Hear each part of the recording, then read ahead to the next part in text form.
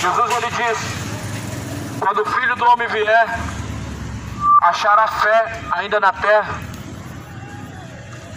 Essa pergunta ela é muito recorrente. É uma pergunta que até hoje é feita. Será que quando Jesus voltar, encontrará fé na terra? Quantas pessoas estão preparadas agora para se encontrar com Cristo? Quantas que têm se preparado para se encontrar com Deus? Quando o Filho do Homem vier, achará fé na terra. A terra, a palavra de Deus, ela nos mostra é o coração. A terra que a fé deve ser encontrada é dentro do teu ser. Por isso que a fé vem pelo ouvir, e ouvir pela palavra de Deus. Como ouvirão se não tem quem pregue? Como pregarão se não forem enviados? Nós sabemos que um dia tudo isso vai chegar ao seu fim. O homem, ele vai para a eternidade. Tudo isso há de passar, os céus e a terra há de passar. Mas porém a palavra de Deus, ela permanece. A palavra de Deus jamais há de passar. Isso Jesus nos deu garantia e testificou em sua palavra. Este mundo atual, agora hoje permanece em suas iniquidades, ele há de passar. Por isso, meu irmão, você precisa se preparar para a eternidade, porque para a eternidade a qual o homem vai, não há mais obras. Não importa se foi bom ou se foi mal, a religião não vai mudar o curso da eternidade. O que muda a direção é o caminho. E nós sabemos que o único caminho é Cristo. Isso não inclui religião, isso inclui somente Jesus e a fé em Cristo Jesus, de acordo com a Bíblia. Como Jesus disse: quem crê em mim, como diz a Escritura, rios de água viva fluirão de dentro do teu ser. Então a água viva está a jorrar há mais de 2000 anos. A água viva que pode saciar, e esta água ela flui de dentro do teu ser. Esta água é a água da vida, Jesus Cristo, a água da vida. Jesus ele diz: quem tem sede, vem a mim e beba. E de graça eu lhe darei da fonte da água da vida. No livro de Atos, capítulo 17, a partir do versículo 24, está escrito: o Deus que fez o mundo e tudo que nele há, sendo o Senhor dos céus e da terra, não habita em templos feitos por mão de homem. A mesma palavra diz em Atos 7, o Deus que habita nos céus, o Deus que criou os céus e a terra, não habita em templos feitos por mão de homem. Verdadeiramente, a casa de Deus não é paredes, um lugar não é a casa de Deus. Alguém que construiu algum lugar chama-se de casa de Deus. Isso não é verdade. A palavra de Deus diz que Deus não habita em templos feitos por mãos humanas. Aí em Coríntios diz: dentro deles eu habitarei e neles farei morada. Paulo escreveu na carta aos Coríntios dizendo que Deus ele habitaria dentro de nós. E dentro de nós ele faria morada. Esta é a única casa que Deus quer habitar. Porque Deus não habita em templos feitos por mãos humanas. Nem tampouco é servido pelas mãos dos homens, como que necessitando de alguma coisa, pois Ele mesmo é quem dá a todos a vida, a respiração e todas as coisas. É algo a se questionar. Deus ele dá a vida e Ele dá todas as coisas ao homem, a respiração, e tudo que o homem faz é por Deus. Como que o homem pode construir algo para Deus, sendo que Deus o fez? Ou seja, Criador só existe um, é Deus. O homem não pode criar nada para Deus. Como que alguém vai, faz um projeto, uma planta, de algum templo e fala, essa agora é a casa de Deus. Não é a casa de Deus. Nunca foi a casa de Deus. Você vê lá no livro em que Salomão diz como que o Senhor habitará dentro desta casa, sendo que os céus dos céus não pode te conter, sendo que a terra não pode caber a sua glória. Como que Deus pode habitar em quatro paredes? Como que quatro paredes pode ser chamado casa de Deus, se os céus não podem conter a Deus? Deus é muito grande, meu irmão. Meu amigo, Jesus, Ele é muito grande para habitar dentro de quatro paredes. Ou seja, o Deus que as pessoas estão dizendo que habita em quatro paredes é um Deus muito pequeno. O Deus que as pessoas falam que estão indo para a casa dele na terça, na quinta e no domingo é um Deus muito pequeno. Davi mesmo reconheceu que Deus não habita em templos feitos por mãos humanas. Salomão reconheceu que Deus não habita em templos feitos por mãos humanas. Porque o próprio Salomão ele diz, construiu uma casa para Deus. Aqui está essa enorme construção que é o templo de Salomão. Mas como que o Senhor habitará dentro desse lugar? Salomão começou a se perguntar e se questionar. Como que Deus pode habitar dentro desse lugar, sendo que os céus dos céus não podem conter a Deus, sendo que a terra não pode conter a glória de Deus? Por isso que Deus não habita em templos feitos por mãos humanas. Deus não mandou construir um templo. Deus permitiu construir um templo em Jerusalém. E foi construído debaixo da vontade de Deus. Mas Deus, aqui nessa mensagem de Atos, diz que não habita em templos feitos por mãos humanas. Só há um propósito. Porque Deus nunca quis habitar em templos feitos por mãos humanas. Porque Deus é muito grande, Ele teria que se reduzir o seu tamanho. Ele teria que se diminuir para que pudesse habitar em um lugar chamado templo, e ali não é a casa de Deus. Nem tampouco é servido por mãos de homens, como que se Deus necessitasse de alguma coisa como faz. Atos 17, versículo 25. Como que se necessitando de alguma coisa, pois Ele mesmo é quem dá a todos a vida, a respiração, a todas as coisas. Entenda, meu irmão, Deus não quer que você vá para a casa de Deus. Deus quer ter um contato ainda mais próximo, que você seja a casa de Deus. Deus não quer que você seja a casa de Deus de quinta e domingo. Ele quer de segunda em segunda que você seja a casa de Deus. Que de segunda em segunda Deus possa estar dentro de você, habitando como a verdadeira casa. Porque assim diz em 1 Coríntios 3,16, não sabeis que o vosso corpo é o templo do Espírito Santo de Deus. Este templo, este corpo, não é proveniente de vocês mesmos, ou seja, este corpo não pertence a você mesmo. Esse corpo não pertence a você mesmo. Esse corpo, o próprio Deus criou para habitação, para casa e morada dele. E é por isso que no versículo 17 diz, 1 Coríntios 6, versículo 17, aquele que destruir o templo de Deus também será destruído por Deus. Lembrando que nós estamos falando do templo verdadeiro de Deus, que é o corpo. Aquele que destruir o templo de Deus também será destruído por Deus. O homem está destruindo o templo de Deus. Já parou para perguntar como que o homem destrói o seu corpo? É por pecado.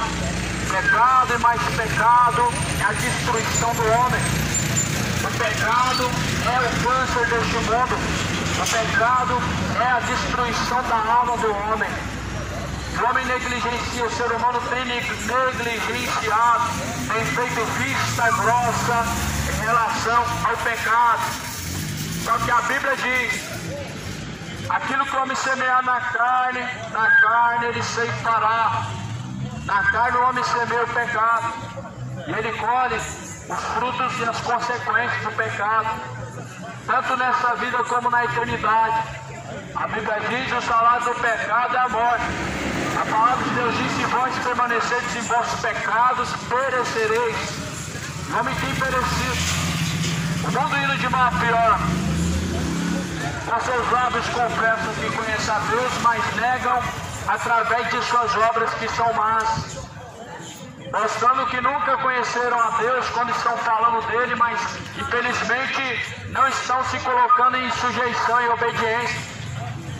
Aí eu pergunto a você, meu irmão, qual que é melhor? O homem, ele ir para a casa de Deus, o homem ser a casa de Deus? Porque ir para a casa de Deus é algo impossível. Os homens apelidaram um lugar chamado templo, chamado igreja, apelidaram de casa de Deus. Só que eu não vejo Deus chamando esse lugar de casa de Deus. Eu não vejo Deus aceitando morar dentro desse lugar. Deus, ele disse que não habita e nunca habitou dentro de templos feitos por mãos humanas. Não habita. O Senhor Deus,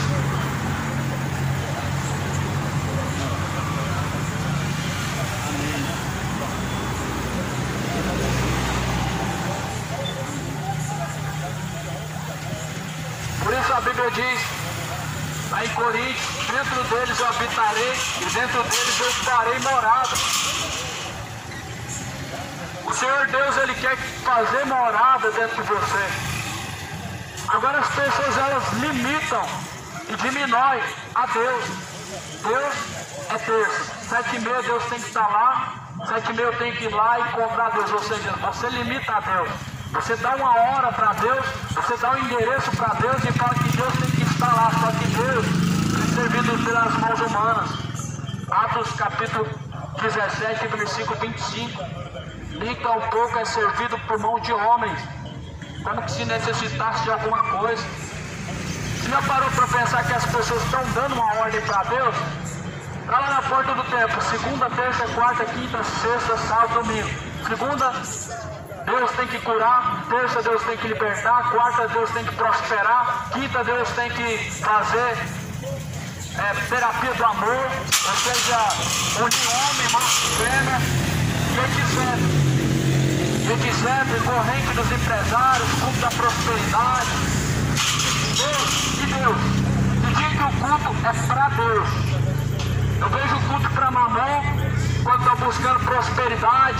Eu vejo o culto nas pombagiras, quando estão buscando relacionamento. Homens destruídos financeiramente porque realmente deixaram fidelidade com Deus. Homens destruídos espiritualmente, a decadência espiritual muito grande, porque deixaram a fidelidade com Deus.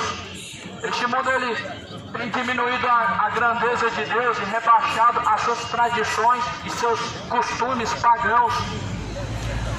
Se este mundo conhecesse quem é Deus. A palavra do Senhor diz que Deus não habita em templos feitos por mãos humanas. Nos dá mais um entendimento, a palavra de Deus, o porquê que Deus não habita em templos feitos por mãos humanas. Primeiro, que Deus é grande, não cabe nem nos céus, que é a sua morada, nem a terra pode te conter, quanto mais em quatro paredes. Só que veja que para habitar dentro do homem, Deus ele habita. Veja que Deus ele habita dentro do homem. Veja que Deus ele faz questão de habitar dentro de nós. Só que dentro de quatro paredes, Deus não cabe. Deus não se diminui. Deus não reduz a sua glória. Deus não reduz o seu tamanho para habitar dentro de quatro paredes, mas ele habita e quer habitar dentro do teu ser, dentro de você. É por isso que lá em Mateus também nos dá uma referência de quando o Espírito é retirado de dentro do homem.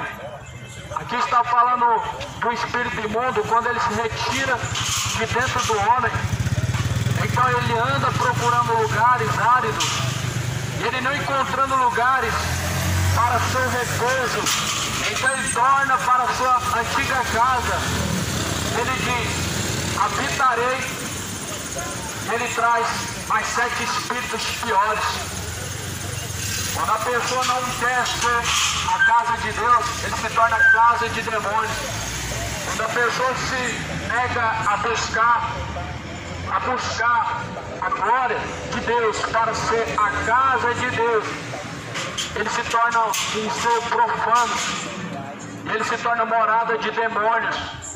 o mesmo corpo que foi feito para ser templo e morada de Deus, uma vez que o Espírito de Deus se retira de dentro desse homem, espíritos imundos tomam lugar e fazem morada. E muitas pessoas estão perturbadas por causa disso. Por isso que muitas pessoas estão cheias de enfermidade, estão perturbadas, estão cheias de imoralidade, se tornando gays, se tornando lésbicas, se tornando dependentes de medicamentos para dormir, se tornando dependentes de medicamentos para ter saúde. Sabe por quê? Morada de demônio, meu irmão. A indústria farmacêutica e medicina não foi levantada por Deus. A antiga serpente, ela está lá estampada no seu símbolo, na farmácia, na medicina, na saúde de um modo geral. Quem domina é a serpente, que está estampada. A antiga serpente que enganou Eva e que tem enganado os moradores da terra também. Deus, ele deu poder para curar os enfermos.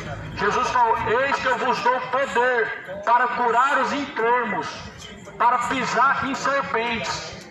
A primeira serpente que tem que ser pisada é essa: jogar fora essas cartelas de remédio que nada mais presta para te tornar dependente. E você tem a autoridade de Cristo para ser alcançado a cura, para alcançar a cura em Cristo. Só que em meio a todo esse costume que as pessoas têm, esse costume que o mundo tem religioso, surgiu falsos profetas. Pare de sofrer. Segunda é o dia da cura. Terça, dia da libertação. E aí o que você precisa fazer para ser curado? É só baixar a cabeça e receber uma oração?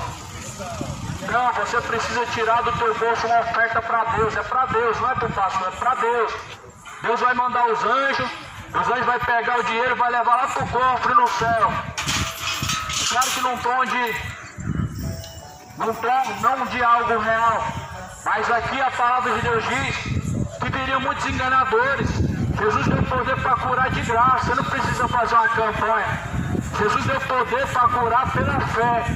Quando Jesus curou os enfermos, ele falou: vai, a tua fé te salvou, a tua fé te curou, foi a fé, não foi a campanha. Campanha não é fé, campanha é artimanha, é enganação, é charlatanismo, é forma de arrecadação. Você percebe que nunca é de graça, sempre tem que ter uma oferta simbólica, sempre tem que ter algo em troca. Outro dia eu escutei isso: criam-se uma gaiola. O que é a gaiola? A gaiola tem que ter a água para você se sentir abençoado, para você sentir que você está indo para casa abençoado, você não está indo com as mãos vazias, e aquilo traz ao seu coração o sentimento de que realmente sua mão não está vazia. Você está levando algo de Deus para casa, uma água ungida, uma água apresentada para Deus. Mas o sincretismo da fé é para enganar. Só que Jesus, ele diz que nós somos curados é pela fé em Cristo, não é pela fé em algum objeto ou amuleto, é pela fé em Cristo. Jesus, quando ele curou, ele não cobrou nada, não recebeu nada, não falou para fazer nada além do que crer e se arrepender. Ele disse: vai e não peca mais, vai e não peca mais. Hoje não é assim. Hoje é assim, ó: vai, quinta-feira vai ter outra campanha, você vai fazer outra campanha, sexta-feira vai ter outra, você faz a outra, e de campanha em campanha, você se tornando escravo, sendo colocado dentro de uma jaula. A jaula é essa, é o engano. Pessoas que ficam presas no engano, elas ficam presas por causa do medo. O medo é uma jaula, e é uma artimanha do diabo, para poder acorrentar as pessoas na perdição. Veja que aqui na palavra, no livro de Atos, capítulo 17, Paulo entra numa cidade chamada Atenas. Aquele povo estava acorrentado também, embora que se dizendo ser livres, embora que se dizendo ser de Deus, e diziam conhecer a Deus, eles estavam mais presos do que aqueles que viviam em cadeias, prisões. Porque Paulo, ele viu que eles tinham várias imagens de várias divindades diferentes. Enquanto ele esperava em Atenas, o seu espírito se comovia em si mesmo, vendo a cidade tão entregue à idolatria. Porque quando o apóstolo Paulo entrou em Atenas, ele viu uma imagem consagrada a um Deus. E foi andando, outra imagem consagrada a outro Deus. E chegou no fim da cidade, ele viu uma estátua, uma imagem levantada escrita: ao Deus desconhecido. Aí ele disse: esse Deus desconhecido é o Deus que eu estou pregando para vocês, o Deus que vocês não conhecem. É o Deus que muitos falam, mas que não conhecem. Deus desconhecido é o Criador dos céus e da terra para muitas pessoas que falam dele. Talvez tenha até lá na sua casa um quadro pintado dizendo que é a imagem dele. Só que ninguém viu a Deus, nem Abraão viu Deus.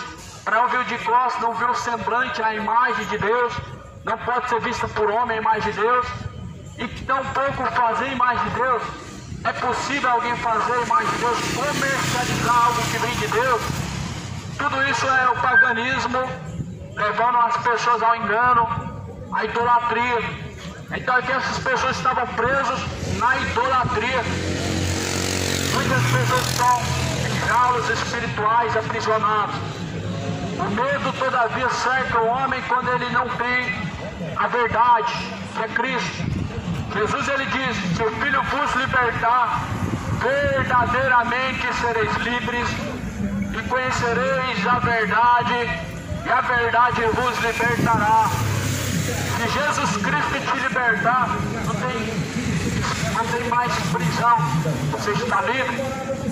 Aí disseram para Jesus, os que ouviram Jesus pregar essa mensagem: como que tu pode dizer que nós vamos ser livres? Não somos escravos de ninguém, somos filhos de Abraão, somos filhos de Deus. Jesus, ele diz: ora, todo aquele que permanece no pecado é escravo do pecado. Todo aquele que permanece em seus pecados de frango 11,99 o quilo. Filé de peito de frango 12,99 o quilo. Linguiça fina de frango paulista 14,99 o quilo. Quinta do frango assado Hiper Casarão. Antigo Supermercado. Avenida Mandaú, setor Morada do Sol.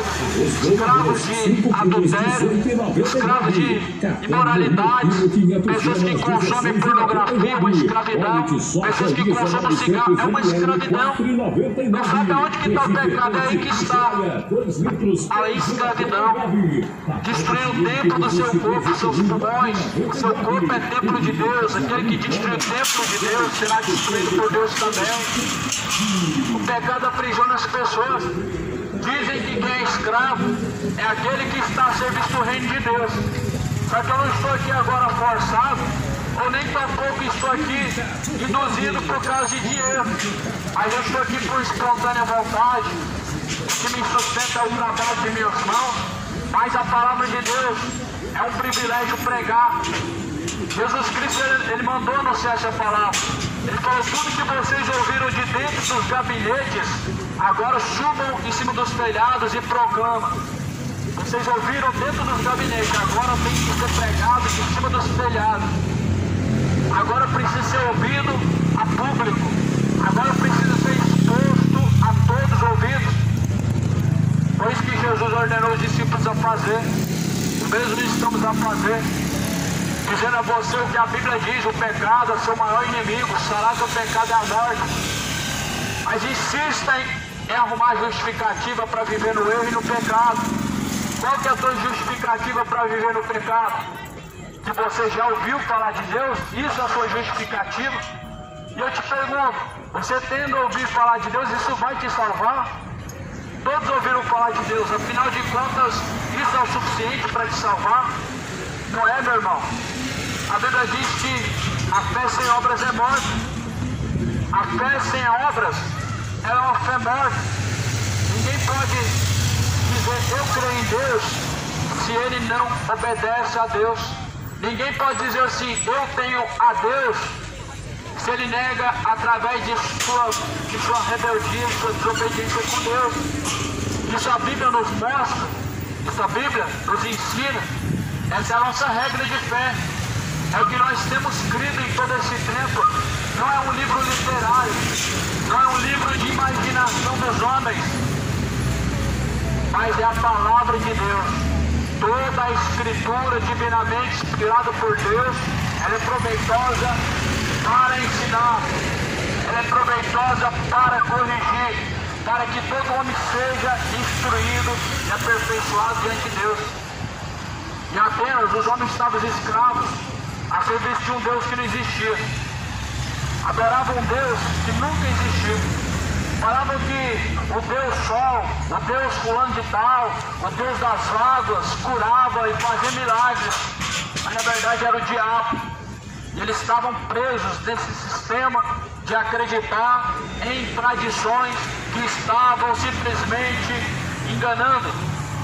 Aí Paulo fala: o Deus que fez o mundo e tudo que nele há, não, sendo o Senhor dos céus e da terra, não habita em templos feitos por mãos de homens. Pois que foi anunciado, porque Paulo olhava e via um monte de mais de escultura. É o contexto dessa mensagem de Atos 17. É a história que foi pregada em Atos 17. Ele viu um monte de imagem de escultura que eles diziam que eram seus deuses, os seus mediadores, seus intercessores, quem sabe. E Paulo falou: olha, Deus não habita em templos feitos por mãos humanas. Deus não está habitando dentro dessa imagem de fulano, de ciclano. Deus não está dentro dessa imagem de rainha tal, de senhora tal. Deus não habita dentro disso. Nunca habitou. Por isso o povo está tão cego, está sendo destruído. Chega a parecer algo muito... Não é que é algo assim tão agradável de se ver. Chega a ser engraçado. Nós vemos as pessoas acreditar em fábulas. As pessoas já estão tão acostumadas a crer no engano, que estão crendo em fábulas. Só há um Senhor. Por que haveria alguma senhora no céu? Só há um Senhor. Só há um rei, ele é Deus. Ele é o Senhor dos senhores e Rei dos reis. Como alguém acreditaria e pode acreditar com base no quê? Que a rainha nos céus, a senhora nos céus, a mãe. Não existe isso, meu irmão. Com base no que as pessoas acreditam. A minha religião. Cadê sua religião na Bíblia? Deus citou sobre a sua religião na Bíblia. Deus, ele instituiu qual religião na Bíblia? Por que você segue a sua religião ao invés de seguir a Deus? Por que você segue a sua religião ao invés de seguir a Bíblia? Sendo que os dois não andam juntos, sendo que religião não tem parte com Deus. E quando eu falo religião é de modo geral. De modo geral. Religião na Bíblia é citada uma vez. E não é citado como uma instituição. Não é citado como lugar. Não é citado como uma crença. Religião na Bíblia. Isso é citado em Tiago, capítulo 1, 26 e 27. No versículo 27 diz: a verdadeira religião, pura e imaculada diante do Pai, é esta: visitar órfãos e viúvas em suas tribulações e fugir da corrupção deste mundo. Isso não tem a ver com as religiões deste mundo. As religiões estão mais amigadas com a corrupção deste mundo, nunca se desapegaram da corrupção do mundo, nunca abandonaram este mundo, são mais amigas do mundo do que nunca. As religiões, elas têm influência na política, na maçonaria, na feitiçaria, tudo misturado. O verdadeiro ecumenismo. O ecumenismo é mesmo que a prostituição. Pegaram os deuses pagãos, juntaram com a imagem do Deus vivo e juntaram, misturaram tudo, filosofia, com deuses pagãos, para poder dizer que é o Deus verdadeiro. Isso que é o ecumenismo. A mistura de vários deuses, de várias religiões, formando uma. E não percebem isso. Não percebem porque foram ensinados errados. Não percebem. Pega um pouquinho de uma religião pagã, pega um pouquinho de outra.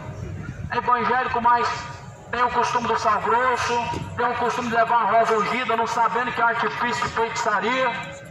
E assim vão, acendendo incensos, acendendo velas para mortos, tudo artifício de feitiçaria, tudo paganismo. Jesus, ele falou: eu sou a luz deste mundo. E se alguém anda em luz, nunca caminhará em trevas. Quem caminha em luz não precisa de vela, não precisa acender vela com imagem, escultura. Quem caminha em luz não precisa andar com uma vela na mão, não precisa acender uma vela. Jesus não falou de vela, ele falou que você tem que estar com a sua lamparina acesa. A parábola das 10 virgens, Jesus disse que você tem que estar com a sua lamparina acesa. Ela tem que estar acesa, a sua fé é a lamparina do corpo. Lâmpada para os meus pés, luz para os meus caminhos, a sua palavra, ó Deus. A palavra de Deus, ela é lâmpada e luz para os nossos pés.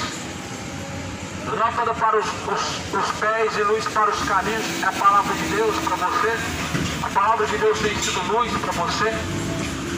Levando em consideração que se essa palavra não é praticada, ela é desprezada. Não é luz na vida daqueles que não praticam. A palavra de Deus, a palavra do Deus vivo, ela não é luz para aqueles que não seguem ela. Ela não é luz para aqueles que não seguem esta palavra. Esta palavra, ela é luz para aqueles que seguem ela. O que adianta ouvir e não praticar? Tiago capítulo 1, versículo 22. Não sejam somente ouvintes enganando a si mesmos. Muitos estão enganando a si mesmos, ouvem, mas não praticam. Sejais praticantes de toda a palavra de Deus. É isso que nós somos ensinados em Tiago, no livro de Tiago, capítulo 1, versículo 22. Sejam ouvintes e praticantes de toda a palavra. Aí a pessoa ela acredita que ela só basta ter uma religião, ocupar um banco de um templo. Isso salva alguém? Salvou quantas pessoas no tempo antigo? Aliás, quantas pessoas no tempo antigo que faziam isso, tinha esse costume, tinha essa tradição, eram zelosos com a tradição, mas foram os mesmos que negaram a Cristo. Os mesmos que rejeitam a Cristo não foram o povo ímpio. Os que rejeitaram a Cristo foram os religiosos. Os religiosos mandaram Jesus para a cruz. Os religiosos disseram: crucificam. A política junto com a religião mandou Jesus ser crucificado. Pilatos joga para a multidão religiosa fala: não queremos que ele seja o rei dos judeus. O que fazemos dele? Crucificam. Quando a pessoa não quer a Cristo na sua vida, o que ela faz? Joga ele para cá para ser crucificado. Quando a pessoa chega essa palavra ao seu conhecimento e ela, em seu coração, ela se propõe a não praticar, sabe o que ela está fazendo? Jogando Jesus ao vitupério, a ser crucificado. Como está escrito na carta que Paulo escreve, eles mesmos levam o Filho de Deus ao vitupério. Levam o Filho de Deus ao vitupério e são inimigos da cruz de Cristo. Inimigos da cruz de Cristo porque não querem viver a vida sujeita a Cristo. Inimigos da cruz de Cristo porque não querem se sujeitar à autoridade de Cristo, porque não querem abandonar os seus pecados. A Bíblia diz que a luz tudo manifesta. Pelo que diz: desperta tu que dormes, levanta-te dentre os mortos e Cristo te esclarecerá. Só que a palavra de Deus diz que a luz veio ao mundo, mas os homens amaram as trevas mais do que a luz. Reprova a luz para que as suas obras que são más não sejam reprovadas diante de Deus. É isso que a pessoa faz quando ela se nega. Ela nega ao Evangelho de Cristo. Quando a pessoa nega-se praticar o Evangelho de Cristo, ela está fazendo isso, sabe por quê? Porque as suas obras que são más são ordenadas por esta palavra a serem abandonadas. Esta palavra, ela anuncia a todos que venham se arrepender. Mas quando alguém não quer se arrepender, ele prefere rejeitar essa palavra para que não venha, então, seguir o que está escrito. Mas a palavra de Deus, a quem você coloca o seu corpo à sujeição, a esse você se torna servo. Ou do pecado para a condenação, ou da justiça para o juízo. A quem você tem obedecido, para esse você tem guardado a tua alma. A quem você tem se sujeitado, a esse você tem guardado a tua alma. Só um que pode salvar, Jesus. Você sujeita a tua alma aos homens, homens tristes, servidão aos homens enganadores, homens avarentos, que são os falsos profetas, mercenários, que pregam por interesse.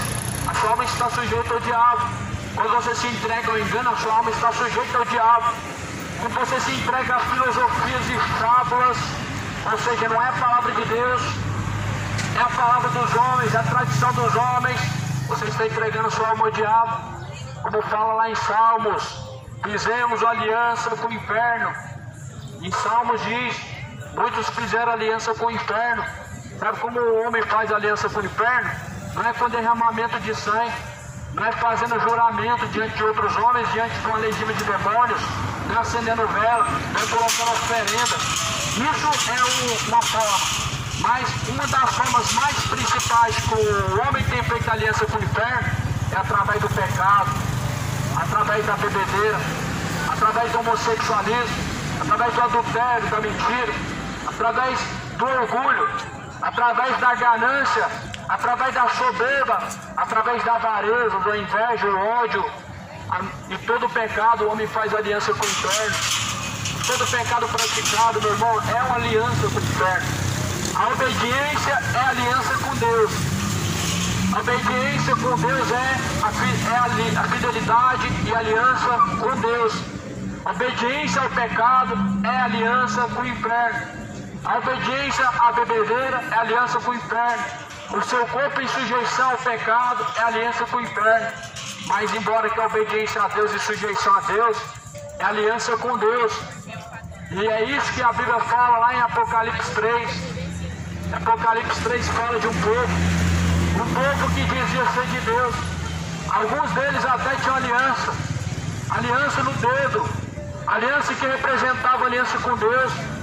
Só que eles negavam na eficácia, na prática, esse Deus. Negam a Deus na prática, na sua conduta. De palavras, meu irmão, a pessoa dificilmente vai negar Deus, somente sendo louco e sendo tolo para negar a Deus através de suas palavras. Mas lá em Salmos diz, o tolo diz em seu coração que Deus não existe. Lá no livro de Salmos diz que o tolo, ele diz em seu coração, ele nem diz em voz alta, ele diz para si mesmo, Deus não existe. Mas ele diz isso porque é tolo. O sábio nunca vai dizer isso. A ciência prova a existência de Deus, embora que ela não quer provar a Deus porque ela quer ser o Deus do povo. Porque alguém querendo tomar o lugar de Deus vai confessar a Deus. Só que Jesus falou, qualquer que me negar diante dos homens, eu negarei diante dos anjos. Qualquer que me confessar diante do Pai, ou melhor, diante dos homens, eu confessarei diante do Pai e diante dos santos anjos. Então você não nega Jesus por vergonha, ou por algum sentimento que há dentro do seu coração, por incredulidade, por ateísmo, porque infelizmente o diabo tem levantado na terra muitos ateus. Muitos ateus o diabo tem levantado na terra. O diabo ele tira a pessoa de cima dos púlpitos e transforma em ateu. A maioria dos ateus hoje foram pastores, foram pregadores de rua, como ouvi falar outro dia atrás, lá na 44. Para rapaz, Deus não existe, eu já preguei na rua também, só que são tolos, por isso dizem isso. A Bíblia diz, o tolo, ele diz em seu coração que Deus não existe. Como que alguém pode provar que algo não existe? Como que alguém pode provar que algo não existe? É só na prática. Tem como provar que Deus não existe? Não tem como provar que Deus não existe. Embora que também tem como provar a existência de Deus. E Deus, ele se manifesta através da divindade. Ou melhor, a divindade de Deus se manifesta através da criação. A divindade de Deus é manifesta pelas coisas que são criadas. Os céus e a terra é criação de Deus e manifesta a criação dele. Manifesta a imagem de Deus. Mas o tolo nega que isso é criação de Deus. O tolo, ele nega que Deus que fez. Pode alguma coisa se criar próprio? Pode o mundo se criar sozinho? Pode o mundo se originar do nada? Como a inteligência é colocada dentro da mente do homem, sendo que o mundo foi criado por nada, uma explosão. Certamente não foi uma explosão, foi a criação do dedo de Deus. O dedo de Deus criou tudo, os céus e a terra. No princípio Deus criou, Ele criou a expansão nas águas. Ele disse: haja luz, e houve luz, haja céu, houve céu, haja terra, houve terra. Deus disse, e com as suas palavras Ele criou tudo. Com as suas palavras Deus fez todas as coisas. E nós não precisamos de algum milagre para saber que Deus existe. Embora que, pela misericórdia de Deus, Deus já tem feito muitos milagres através dessas mãos. Só que alguém que crê em Deus não é pelo que ele vê, como Tomé, que teve que apalpar para crer. Tomé disse que não acreditaria de forma alguma se ele não apalpar. Tem alguém por aí que parece Tomé. Se ele não tiver algum objeto religioso, não tem como ele crer em Deus. Se ele não levar uma água para casa, uma água ungida, água benta, conta dos milagres, ele não crê. Se ele não tiver um terço, caminhando com esse terço, ele não acredita que Deus protege ele, não acredita. Ele acredita que é com aquilo e através daquilo que Deus vai proteger e livrar ele. Sendo que a cruz é símbolo de maldição. Ou seja, maldição estão trazendo para si mesmo. Jesus, ele disse que maldito seria todo que fosse pendurado no madeiro. Por que alguém sendo pendurado no madeiro pode se tornar maldito?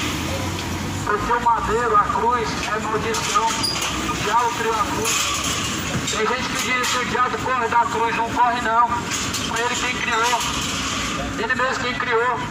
Jesus foi levado pela vontade de Deus à cruz, sim. Mas não foi Deus que criou a cruz, não foi não. Deus ordena a todos que venham se arrepender. Você precisa ler a Bíblia. A Bíblia precisa ser examinada, o que está escrito. Tudo que está escrito é para o nosso aviso. Deus não vai tomar o culpado por inocente. Atos dos Apóstolos 17, versículo 29. Sendo nós, por geração de Deus, não havemos de cuidar que a divindade seja semelhante ao ouro, ou a prata, ou a pedra esculpida pela mão do homem, da imaginação dos homens. Mas Deus, não tendo em conta os tempos da ignorância, anuncia agora a todos os homens em todo lugar que se arrependam. A divindade de Deus não se cuida, não pode ser encontrada em alguma imagem criada pela mão do homem. Atos 17, versículo 29. Não pode ser esculpida pela imaginação dos homens, nem pela mão do homem. Mas Deus, Ele tem determinado um dia em que Ele há de julgar o mundo. Sabe por que Deus há de julgar o mundo, meu irmão? É porque este mundo ele vai chegar ao seu fim, vai ser destruído, o homem vai ter que ir para a eternidade. Cada um vai fazer sua escolha aqui na terra para colher na eternidade. Cada um agora já fez a sua escolha. Baseado no caminho que você segue agora, dessa maneira que você está, se você partir para a eternidade, meu irmão, para lá você vai e nunca mais vai voltar. O homem morrendo em seus pecados, ele estará condenado por toda a eternidade. Mas o homem morrendo em Cristo Jesus, reconciliado com Cristo, por toda a eternidade ele estará na glória, na nova Jerusalém, na cidade santa de Deus.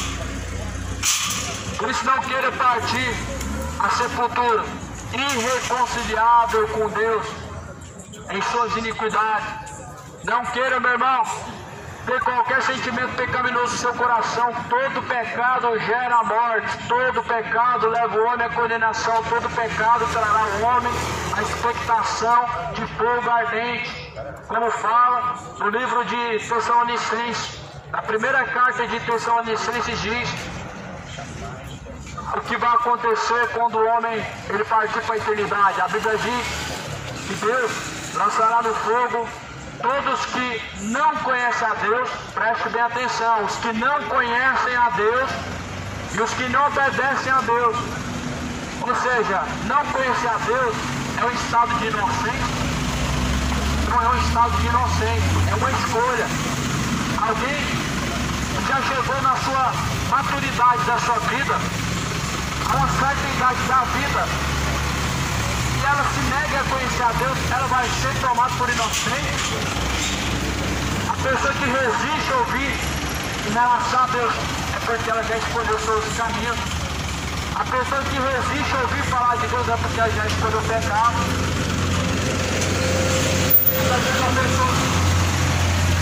Muitas vezes a pessoa que escolheu viver a prostituição, ela não vai aceitar de forma nenhuma ouvir nada de Deus, porque sua consciência pesa. Muitas vezes alguém vivendo no mundo do crime, ele simplesmente vai mudar de caminho para não ouvir a palavra, porque sua consciência pesa. Alguém que já tem feito a sua escolha de viver no pecado, ele rejeitou conhecer a Deus. E a Bíblia fala no livro de 1 Tessalonicenses que Deus lançará no fogo eterno os que não conhecem a Deus e os que não obedecem a Deus, ou seja, os que não quiseram buscar a Deus e os que conheceram, mas não obedeceram. É o caso do nosso país. 90% a 80% crê, ouviu falar de Deus, teve alguma simpatização com alguma fé em Deus, com alguma religião, mas não seguiram, não obedeceram, não querem obedecer. Por quê? Por que não querem obedecer a Deus? É porque suas obras elas podem te salvar? Por que não querem se sujeitar a Deus? Porque você sendo bom, isso ajudar? Porque é o que muitos dizem, uma filosofia do diabo é essa. O que importa é ser feliz, Deus é só amor, como se Deus sendo amor não fosse julgar o homem. Só que a palavra diz que Deus não tem em conta o tempo da ignorância. O tempo em que a pessoa não conheceu a Deus, ele é ignorante. Dali pra frente, quando ouviu falar de Deus, já há uma responsabilidade que pesa nas costas. A quem muito é dado, muito é cobrado. Quem muito ouviu, muito vai ser cobrado a prática. Quem muito recebeu as dádivas de Deus, os dons, também vai ser cobrado. Os talentos não podem ser enterrados, os talentos têm que ser multiplicados. A fé não pode ser enterrada, ela tem que ser praticada. O homem não pode somente ouvir falar de Deus, ele também deve seguir e praticar a boa e agradável vontade de Deus. Por isso, meu irmão, não permaneça no pecado, porque certamente perecerá eternamente. Mas não se esqueça que esse não é o plano de Deus, que alguém pereça. E se alguém vai perecer, não tenha dúvida, vai perecer na eternidade. Não porque Deus, ele quis, foi contrário à vontade de Deus, mas porque alguém assim quis caminhar contrário à vontade de Deus. Essa é a vontade de Deus. Ela é boa e agradável, não querendo que nenhum se perca, mas que todos venham alcançar a vida eterna, que todos venham alcançar a salvação por meio de Jesus Cristo. E assim diz, porquanto tem determinado um lugar, um dia em que com justiça há de julgar o mundo por meio do varão que destinou. Isso deu certeza a todos, ressuscitando dos mortos. Como ouviram falar da ressurreição dos mortos, um escarnecia, outros diziam acerca disso, ouviremos outra vez.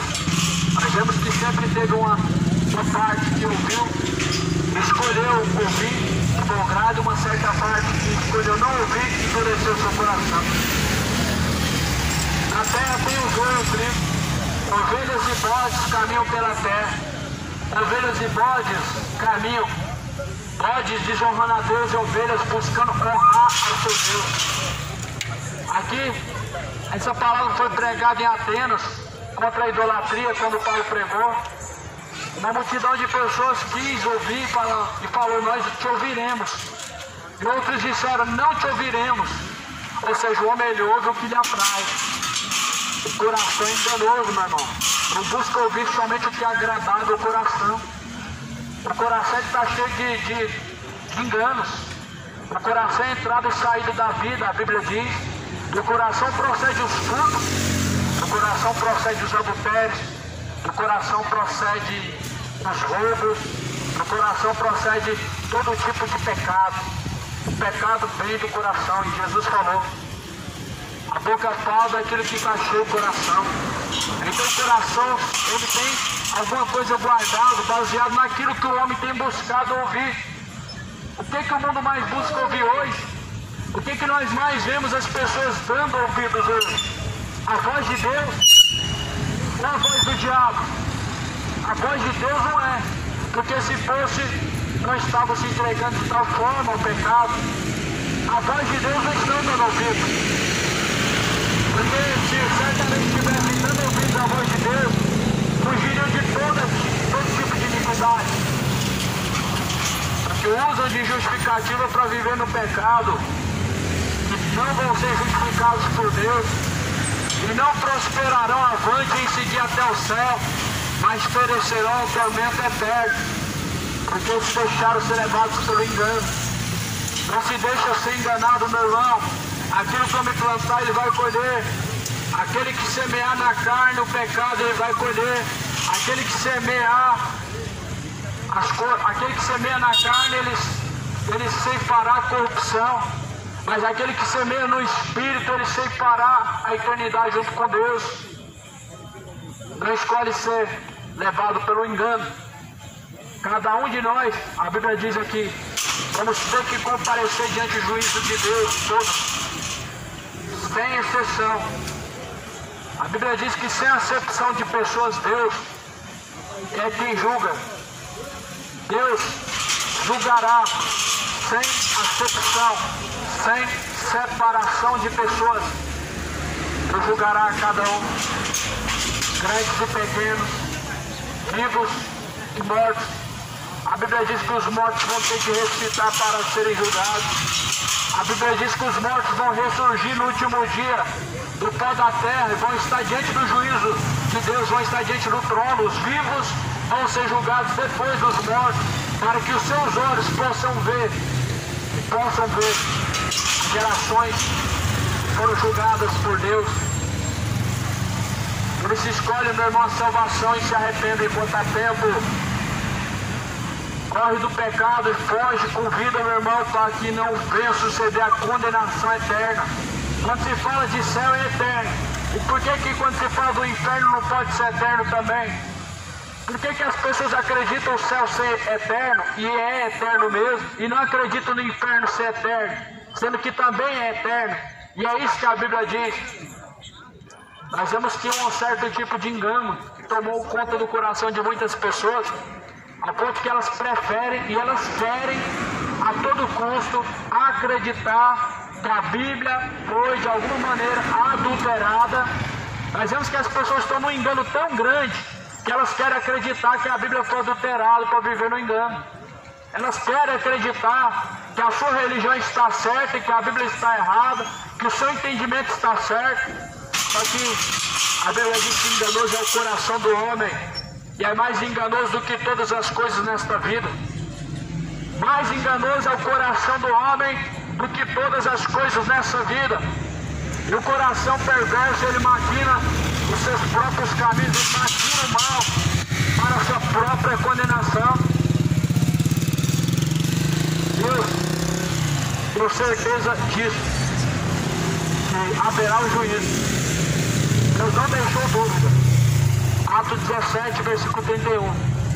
Porquanto tem determinado um dia em que com justiça há de julgar o mundo por meio do varão que destinou. E disso Deus, ele deixou certeza a todos. Se tem uma coisa que Deus deixou certeza a todos, é isso aqui: que Jesus Cristo há de julgar as nações e o mundo. Jesus vai julgar o mundo. Jesus Cristo há de julgar a todos. Não se esqueça, esteja preparado, porque todos nós vamos comparecer diante de Deus. Esteja preparado, meu amigo, todos vão comparecer para serem julgados diante de Deus. Esteja preparado cada um, porque todos vão ter que prestar conta diante de Deus, serão julgados por Deus. A Bíblia fala que o salário do pecado é a morte, mas o dom gratuito de Deus é a vida eterna. É a vida eterna por meio do Senhor Jesus Cristo. O dom gratuito de Deus é a vida eterna por meio de Jesus Cristo. A Bíblia diz que nós somos salvos pela graça, mediante a fé em Cristo Jesus. Isso não vem das obras, para que ninguém venha se gloriar. Não vem da obra de ninguém. Ninguém vai ser salvo por fazer caridade. Caridade não deve ser deixada de ser feita, mas ninguém vai ser salvo por isso. Ninguém vai ser salvo por ser bonzinho. Ninguém vai ser salvo pelas suas próprias obras. Nós somos salvos pela graça, a fé e a graça, por meio de Jesus Cristo. A fé e a graça têm que andar juntos. Porque se nós vivemos no pecado, nós estamos caminhando debaixo da ira de Deus. Mas se nós vivemos segundo essa palavra, nós estamos caminhando debaixo da graça de Deus. E aqueles que caminham na graça não haverá condenação. A Bíblia diz que nenhuma condenação há para aqueles que estão em Cristo Jesus. Se você não está em Cristo Jesus, a condenação virá sobre você. A condenação não virá para aqueles que estão em Cristo Jesus. Se vós permaneceres na minha palavra, verdadeiramente sereis os meus discípulos. Se nós permanecemos nessa palavra, nós estamos em Cristo Jesus. E Cristo Jesus também está dentro de nós, que nós permanecemos nessa palavra. E nenhuma condenação há para os que estão em Cristo Jesus, que não andam segundo as obras da carne, mas que andam segundo o Espírito. Os que andam segundo o Espírito, não há condenação nenhuma. Mas aqueles que estão andando segundo a carne, colherão na carne. Aquele que plantar na carne ceifará. Aquele que semeia a corrupção na carne ceifará. Ou seja, o pecado gera a morte. As obras carnais são conhecidas em Gálatas 5. Impureza, lascívia, ódio, inveja, chocarrices, bebedeiras, homossexualismo, idolatria, injustiça e etc. Todo pecado é conhecido como obra da carne. E a Bíblia diz que se nós vivemos nas obras da carne, morreremos. Você morrerá. E para onde irá a tua alma na eternidade? Para quem você tem reservado a tua alma? A quem você tem buscado, meu irmão? Jesus, ele disse: buscar em primeiro lugar o reino de Deus e a sua justiça. As demais coisas serão acrescentadas. Como que alguém buscando as demais coisas, buscando somente a sua própria honra, será acrescentado na eternidade do céu? Como que alguém buscando somente por esta vida alcançará o reino dos céus? Sendo que a Bíblia diz que se nós tão somente buscarmos somente por esta vida, nós somos os mais miseráveis diante de Deus. Percebe-se quantas pessoas que têm dinheiro, mas não têm nada diante de Deus. Percebe-se quantas pessoas são ricas, mas são miseráveis diante de Deus. Percebe-se quantas pessoas elas têm, não riquezas, mas pelo menos têm uma vida farta e não te falta nada, mas não tem nada diante de Deus. É a pessoa miserável. A pessoa miserável, ela não tem o reino de Deus. Ela tem saúde, ela tem comida, ela tem bebida, suas contas pagas. Mas se ela morrer, ela não tem nada para colher diante de Deus. Ela tem inferno, lago de fogo, o bicho que nunca morre. Não tem nada, a pessoa miserável. Essa é a pessoa miserável, citada em Apocalipse 3. Dizem que são ricos porque tem ouro e prata. Essa não é a igreja. A igreja de Laodiceia. Somos ricos, temos ouro, temos prata. As igrejas de Goiânia têm tudo isso. Dinheiro, dinheiro, dinheiro e dinheiro. Mas morrendo, eles serão ao inferno. Não tem mais nada do que isso. Ouro, prata, pedras preciosas, linho fino. Mas, sabe o que Deus falou? Vocês são pobres, cegos, desgraçados, miseráveis e nus. Deus não falou que eles eram ricos. Eles falavam que eram ricos por ter dinheiro, por ter prata, por ter ouro. Mas Deus chamou esse povo de miserável, de pobre. A pessoa sem a salvação, meu irmão, é a pessoa miserável. Ela pode ostentar a vontade nessa vida, mas na eternidade ela vai mendigar. A pessoa sem a salvação é a pessoa mais miserável de todas as pessoas, porque ela não tem a riqueza principal. Tudo isso vai ficar, mas para onde você vai? Somente as tuas obras, ou somente o teu nome importa estar escrito no livro da vida. As tuas obras é a única coisa que vai te acompanhar. Por isso procura o seu nome estar escrito no livro da vida. Foge e escapa de qualquer religião. Fuja do jugo desigual dos infiéis. A Bíblia diz que parte que nós temos com os infiéis, nós não devemos nos prender a um jugo desigual aos infiéis. Muitos mercenários surgiram nos dias de hoje, eles são infiéis a Deus. E as pessoas que seguem os tais também se tornam infiéis. Você precisa, meu irmão, urgentemente se reconciliar enquanto está no caminho. Todo aquele que está sem a salvação, ele está perecendo, está vivendo uma vida miserável diante de Deus, para colher uma vida ainda mais miserável na eternidade. Por isso que, quando essa igreja lá em Laodiceia diz, somos ricos, porque temos prata e temos ouro, Deus falou, vocês são pobres, cegos, miseráveis e nus. Todo aquele que caminha sem Deus, ele caminha cego. Em seu coração dizendo que está indo para o céu, mas seus caminhos mostrando que está indo para o inferno. Em seu coração dizendo que tem Deus, mas a Bíblia provando o contrário, que distante de Deus está.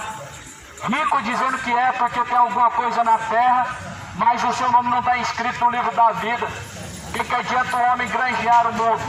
Ele perdeu o resgate da sua alma. O que adianta o homem ele ter conseguido uma meia dúzia de terras nessa vida, ou alguma riqueza deste mundo, ou ter a sua vida realizada na terra, ainda que não ficou rico, mas se ele morrer e seu nome não estiver inscrito no livro da vida, qual vai ser sua recompensa? Qual será a recompensa do homem? Que ele se satisfazeu nesta vida, e ele se realizou nesta vida. E diz, alma, descansa, folga, come, bebe, tens para ti muitos bens, tem para ti muitas coisas.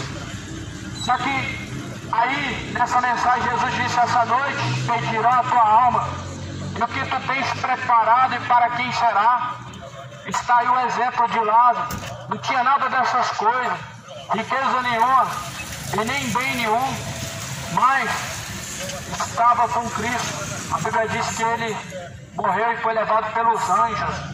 Lázaro foi levado pelos anjos. Quem levará a tua alma quando você descer a sepultura? Os anjos ou os demônios? A quem você tem guardado a tua alma? A quem você tem se apresentado em obediência, com pecado, com a Deus? Lázaro foi levado pelos anjos de Deus ao descanso eterno. O rico, a Bíblia só fala que ele estava no inferno, ergueu os olhos, em tormentos, ele ergueu os olhos, ele viu Lázaro. Ou seja, um dos tormentos que a Bíblia menciona, não é só o fogo, não é só o bicho que nunca morre, não é só a falta de água, mas agora a pessoa contemplar o céu, a qual ele perdeu, o céu, a qual ele rejeitou. O homem rico, ele ergueu os olhos e viu o céu, viu Lázaro no seio de Abraão. Ele pediu uma gota de água. Na terra diz, rico eu sou, mas o inferno é um dos mais miseráveis. Porque agora esse homem rico, ele estava mendigando para Lázaro. Lázaro, enquanto estava vivo, desejava comer das migalhas que caíam da sua mesa. Mas o rico, ele ostentava, ele esbanjava, ele desperdiçava, ele aproveitava. Só que agora no inferno, o mendigo não é Lázaro. Lázaro, ele tem a maior riqueza. E o rico, agora mendigando. Lázaro, molha a ponta do dedo na água e me refresca a língua. Isso foi negado. Manda algum dos mortos na terra para falar com alguns dos meus irmãos, porque eu tenho 5 irmãos, para que não venha para essa situação. Foi negado. Já viu o rico mendigar? Leia Lucas 17. O rico, ele mendigava mais do que Lázaro, quando Lázaro estava vivo. Por isso, meu irmão, não desperdice o seu tempo. Essa vida ela é uma só, e a eternidade ela não tem mais escapatória. Por isso que a Bíblia diz em Eclesiastes: tudo que está ao seu alcance faça, porque na sepultura para onde tu vais não há mais obras, não há mais obras, não há mais o que fazer, não há mais arrependimento, não há mais como mudar a situação e nem o destino. Isso aqui em Eclesiastes diz: tudo quando vier a tua mão, ao teu alcance, faça. Se você pode se apresentar em obediência a Deus, obedeça. Se você pode se arrepender do seu pecado, se arrependa. Se você pode buscar a Deus, tenha certeza, meu irmão, que é só enquanto você está vivo. Após a morte segue a juízo. Após a morte segue a condenação, a salvação. Hebreus 9, 27. Para o homem está ordenado morrer uma única vez. Após a morte, o juízo. Céu, o inferno. O que Deus vai dar ao homem depois de julgar. Depois de julgar cada pessoa. Salvação, a condenação. Isso tudo quanto vier, meu irmão, meu amigo, as tuas mãos a fazer, faça. Porque na sepultura onde você vai não há mais obras. Não vai resolver alguém fazer uma missa do sétimo dia, aonde vai ser arrancado do purgatório. Não, quem tira o pecado do mundo é Jesus, o Cordeiro de Deus. Eis o Cordeiro de Deus, que tira o pecado do mundo. O Cordeiro de Deus tira o pecado do mundo, é Jesus Cristo, a qual este mundo tem rejeitado, a qual este mundo tem abandonado, a qual este mundo tem escarnecido, mas é a última hora.